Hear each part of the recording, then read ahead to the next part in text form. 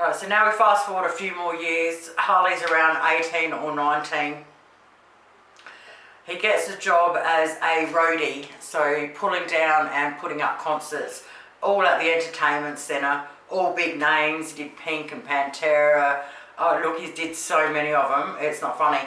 And at the time, his licence was suspended from burnouts or whatever the hell else he was doing.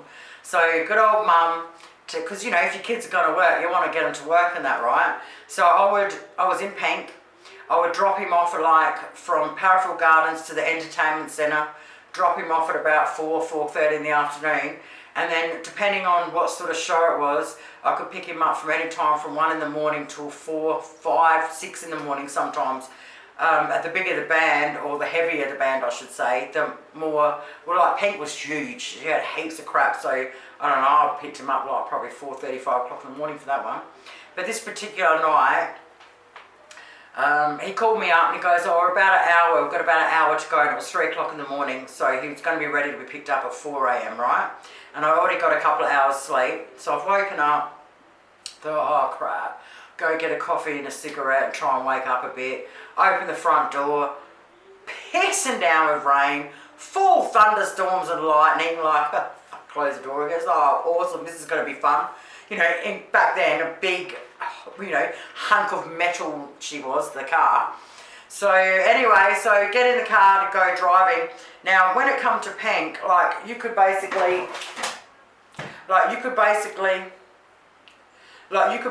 go like that on the steering wheel and you'd still stay straight. Like, she was hopeless. If you hit a ditch, it was anyone's guess which way she was going to take you. Like, yeah, you couldn't fall asleep at all because you were so hectic doing 100 million things just to keep it on the road. Bloody love that thing. So anyway, I'm cruising down, I can't remember what road it was now, a big long friggin' road with nothing either side. I think I went through, I don't know, like back through the Wingfield way and then went down like West End way maybe, if I remember correctly. Anyway, driving along and this lightning, like just, I don't know if there was a light pole or what there was. It was off in the distance just a little bit, friggin' hits it, completely blinds me for a few seconds. You know, get back to it again, it's like, holy crap, like, you know, that was close. I don't know how close it was, but I couldn't see anything for a few seconds. It absolutely blinded me. Anyway, shitting myself, it was like, as close to hail as you can get at this time. So anyway, finally got to the entertainment centre, and picked him up, and he comes out and he's absolutely like cheering and bouncing around. He jumps in the car and I'm like, what's going on? And he goes, I got it. It was, so that night was Pantera was playing. And what all the boys would do is, as soon as the concert was over, is they'd all rush on stage and try and beat each other to get all the drumsticks and the guitar picks and that. So yeah, I suppose they'd play and they'd just throw them and get another set and throw them, whatever. So there's always like really cool guitar picks and drumsticks everywhere. So this particular night, he managed to get a matching set of drumsticks. And they were all like beaten up and like, they were awesome, but they were from Pantera. I think he grabbed a couple of picks that night as well. So he got in the car and he's absolutely cheering because he's got this set of drumsticks from Pantera, and I'm like, yeah, whatever. Right, now fast forward again until a couple of years ago. So I moved in here, I started doing the show. Every cent I had, I put into the show, like into ingredients and everything. Probably the brokest I've ever been in my life. I mean, I've been broke anyway. All I've ever done is volunteer, so it's not like I've never had money.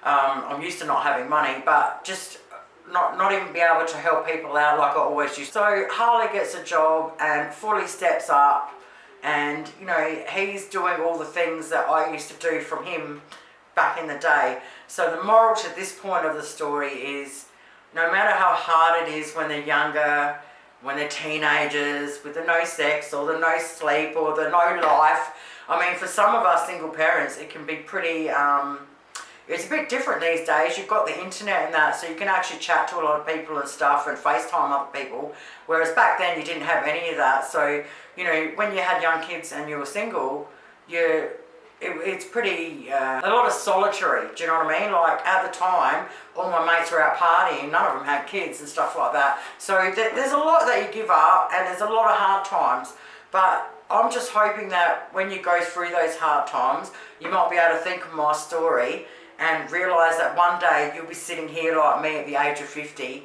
and your kids are growing up and they're stepping up and they've turned out to be absolutely awesome human beings, and now you can live your life for those years that you'd missed out.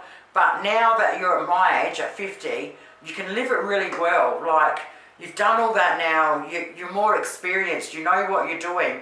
So I think from now onwards, when I go out and run an absolute muck and do whatever I want to do, it's going to be 100 times better anyway, because I've done all that, I've accomplished all that, and I kind of go out with a clean slate. So basically what I'm saying is there is a huge light at the end of the tunnel. Stick with it.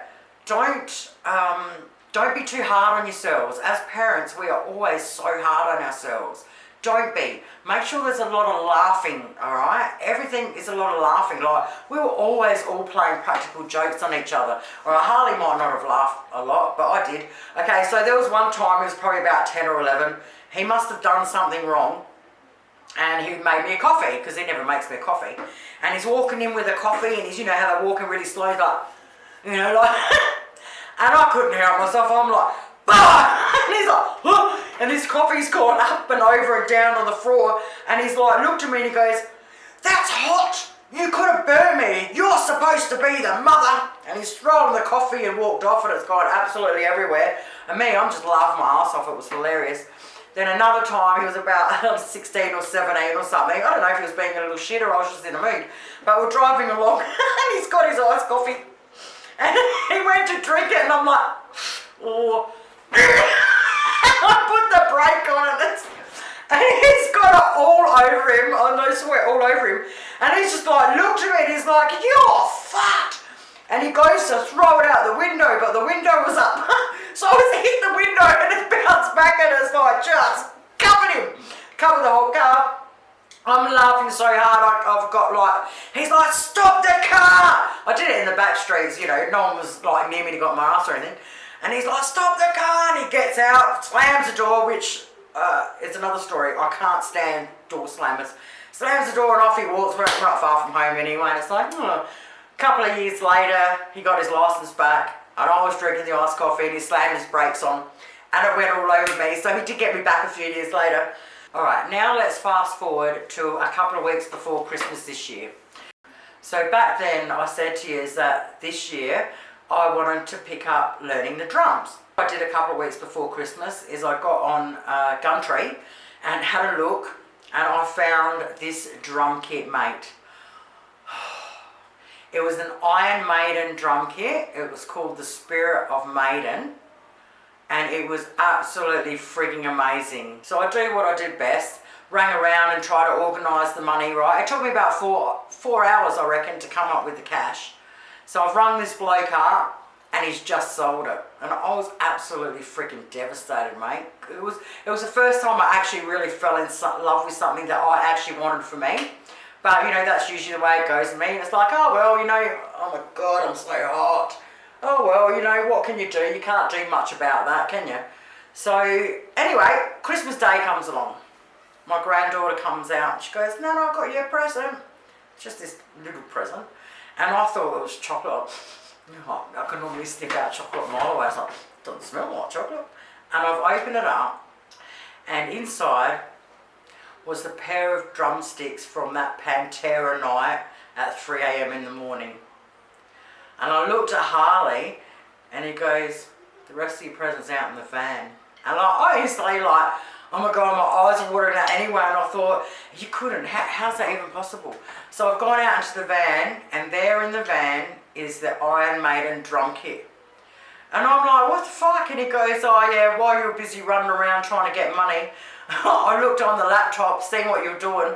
He goes, I went outside, got onto Gumtree on my phone, rang the bloke up and bought it from underneath you. I didn't know if like I was happy or I just wanted to like knock him out. It was absolutely brilliant. Now over the last couple of weeks I've been practicing. So I live right in the middle of a whole heap of oldies. And this drum kit is loud. It is so impressive. I absolutely love it. I love loud things, and it is loud. So I can't practice all the time because of all the oldies everywhere. So I've basically been practicing twice a day for 10 minutes at a time. That's all I can do because I don't want to give them all the shits because it really is loud and it's a small house and you can hear for miles, especially at night in a river town. It's dead silent from 7 o'clock onwards at night. So I've only been able to practice a little bit. So I'm going to show you what I've practiced so far. So what I'm going to do now is, once I've got all the camping stuff out of the way, is I want to get myself an electric drum kit. So with them, you can put the headphones on and you can absolutely crank it without making a sound. And then I can actually, because I mean, most of the time, let's face it, when I've only got time to do stuff like that is in the middle of the night, you know, after I finish doing everything. So with the electric one, I can practice all night long when I finish doing everything else. So that's where I'm going to go in the end. Now I'm going to turn it around so you can see the drum kit, and I'm going to show you what I've learned so far, which is not much, but I'm pretty chuffed that I'm getting there. Now I don't know how it's going to go because this is like a $300 camera that I've been using for 3 years and it's absolutely knackered, and I don't know how it's going to go with the sound. So once I've turned it around, maybe turn your volume down and we'll see how we go. I hope you can see all right. I've got a light that's shining right in my face. The lighting in this house is so bad, it's not funny. So hopefully you can see my beautiful drum kit enough. And now let's show you what I got.